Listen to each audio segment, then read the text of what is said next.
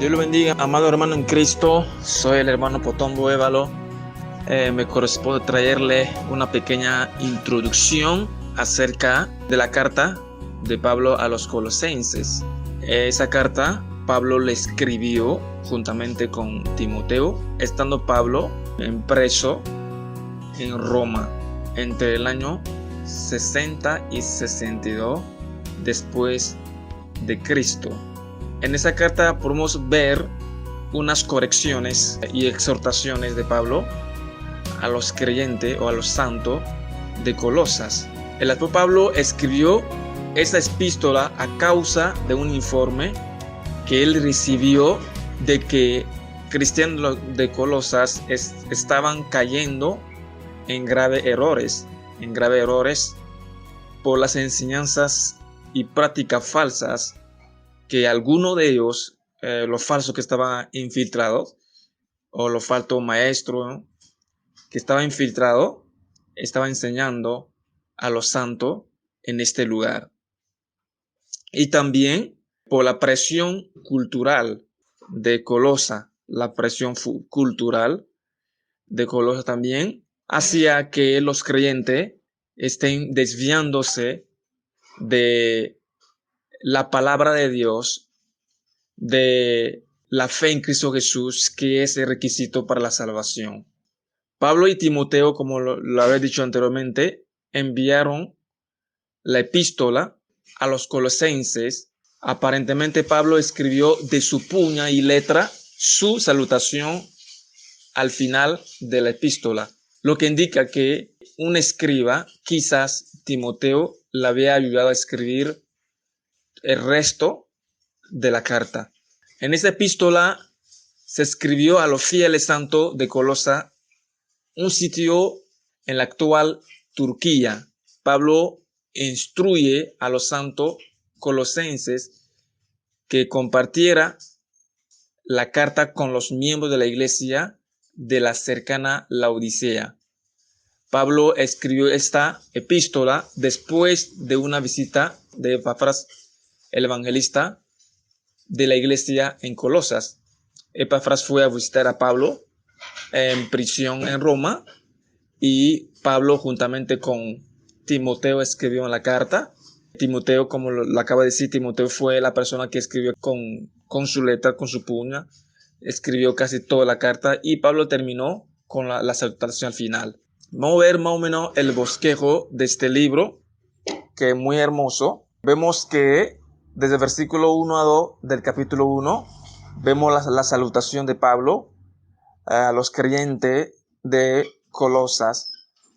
Y también siempre se resalta esa presentación de Pablo de sí mismo como apóstol de Jesucristo por la voluntad de Dios, dando a entender a los creyentes o a los santos de Colosas su identidad en Cristo Jesús y la autoridad que Dios le ha dado a él para poder escribir esa carta, porque era una carta de corrección. Él dijo, apóstol de Jesucristo, o sea, enviado de Jesucristo por la voluntad de Dios.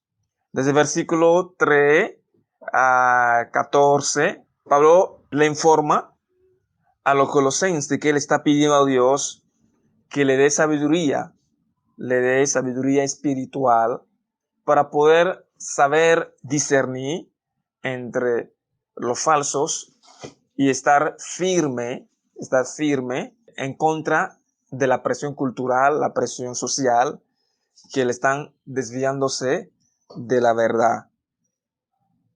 Desde el versículo 15 a 23, vuelve a invitar a los creyentes de Colosas, los que se han apartado, que se reconcilie con Dios por medio de la muerte de Cristo Jesús. Esa parte podemos ver como Dios le da una oportunidad, incluso de las personas que han sido engañados, e incluso los que fueron engañados o están en error, que regrese a Dios. Después Pablo habla un poquito acerca de su ministerio, el ministerio que Dios le ha dado a él para los gentiles. Sabemos que la iglesia de Colosas es una iglesia mixta, como dije, Colosas estaba ubicado en la actual Turquía, Eran creyentes griego, romano, o sea, de todo tipo de personas que no eran precisamente judíos. Y también hay también judíos también. Entonces es una iglesia mixta. Entonces Pablo aquí, en el capítulo 1, desde el versículo 24 hasta capítulo 2, versículo 7, Pablo les pone a ellos el ministerio que Dios le ha dado a él para los gentiles. ¿Para qué? Para los que no son judíos. Pablo les da a entender que Dios me llamó para predicarle a los gentiles. La palabra de Dios dando a entender que para uno alcanzar la salvación, no necesitamos ser judaizante para poder alcanzar la salvación. Si lo alcanzamos la salvación por medio de qué? De lo que Cristo ha hecho en la cruz del Calvario. Y después de esto, del mismo capítulo 2, del versículo 8 hasta capítulo 3, versículo 4, Pablo habla de la plenitud de vida que hay en Cristo Jesús. O sea que no necesitamos otras cosas. Si estamos en Cristo Jesús, tenemos la plenitud de vida. Tenemos la plenitud de vida si estamos en Cristo Jesús. Vamos a ver un versículo que me gusta mucho en este libro. Para mí es un versículo muy importante. Es capítulo 3, versículo 1 hasta el versículo 4. Vamos a leerlo rápidamente. Dice así: pues si habéis resucitado con Cristo, buscad las cosas de arriba, donde está Cristo sentados a la diestra de Dios. Poned la mira en las cosas de arriba, no en las de la tierra, porque habéis muertos y vuestra vida está escondido con Cristo en Dios. Cuando Cristo vuestra vida se manifieste, entonces vosotros también seréis manifestados con Él en gloria. Hermoso ese versículo. Para mí es un versículo central de este libro. Pablo le hace entender: si habéis resucitado con Cristo, busca las cosas de arriba. Porque ellos están siendo, como yo lo dije anteriormente, están siendo influenciados por la cultura, por la presión social, el movimiento de Colosa, lo que se mueve en la sociedad, la cultura. Y además de esto, las falsas enseñanzas, las falsas doctrinas y la falsa práctica que otros han introducido le están alejando a los creyentes de Colosa de poner sus ojos en Cristo Jesús y buscar lo más importante, que es el reino de Dios y su justicia. Como Jesús dijo: buscad el reino de Dios y su justicia, y todo lo demás os será añadido. Entonces vamos a ver ahorita que desde el versículo 5 del capítulo 3 hasta el versículo 18, Pablo hace una comparación entre la vida antigua y la nueva. Él hace entender qué debe ser nuestra vida ahora que toman Cristo Jesús.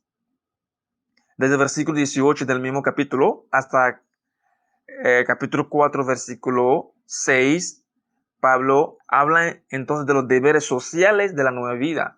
Interesante, no quiere decir que porque ponemos las cosas en las cosas de arriba, que debemos descuidar de los deberes sociales, porque vivimos en una sociedad y somos llamados, ¿cómo se llama?, a mostrar la luz de Dios. ¿Cómo lo hacemos? A través del servicio que podemos dar en esa sociedad, a través de lo que nos toca hacer como ser humano, como ciudadano o como perteneciente, ¿no?, de una sociedad. Y Pablo habla de los deberes sociales de la nueva vida. Y al final del capítulo 4, desde el versículo 7, Pablo, vemos la salutación final de Pablo, y se cree que esa salva fue escrita por puño de Pablo mismo. Entonces, en conclusión, esa es la exhortación que tenemos, la introducción que tenemos de este libro, y los versículos clave de este libro están en capítulo 3, desde el versículo 1 a 4. Y el versículo 1 dice: si pues habéis resucitado con Cristo, buscad las cosas de arriba, donde está Cristo sentado a la diestra de Dios. Dios lo bendiga, amado hermano. Creo que vamos a disfrutar este libro y que Dios nos va a hablar mucho de este libro, y ese libro nos va a ayudar a que a vivir una vida de sabiduría, a vivir una vida de santidad, una vida que muestre que realmente somos hijos de Dios. Dios lo bendiga. Voy a orar. Padre, doy gracias en esta mañana por tu amor, por tu misericordia, por tu palabra, Señor Dios. Y te ruego, Señor Dios, aleluya, que podamos, Señor Dios, entender, Señor Dios, lo importante, Señor, de reflejar tu luz a este mundo, Señor Dios, de poner las cosas en las cosas de arriba, porque nosotros hemos resucitado de la muerte. A través de la muerte de Cristo hemos resucitado de la muerte para vivir la vida de Cristo y poner las miradas en las cosas de arriba.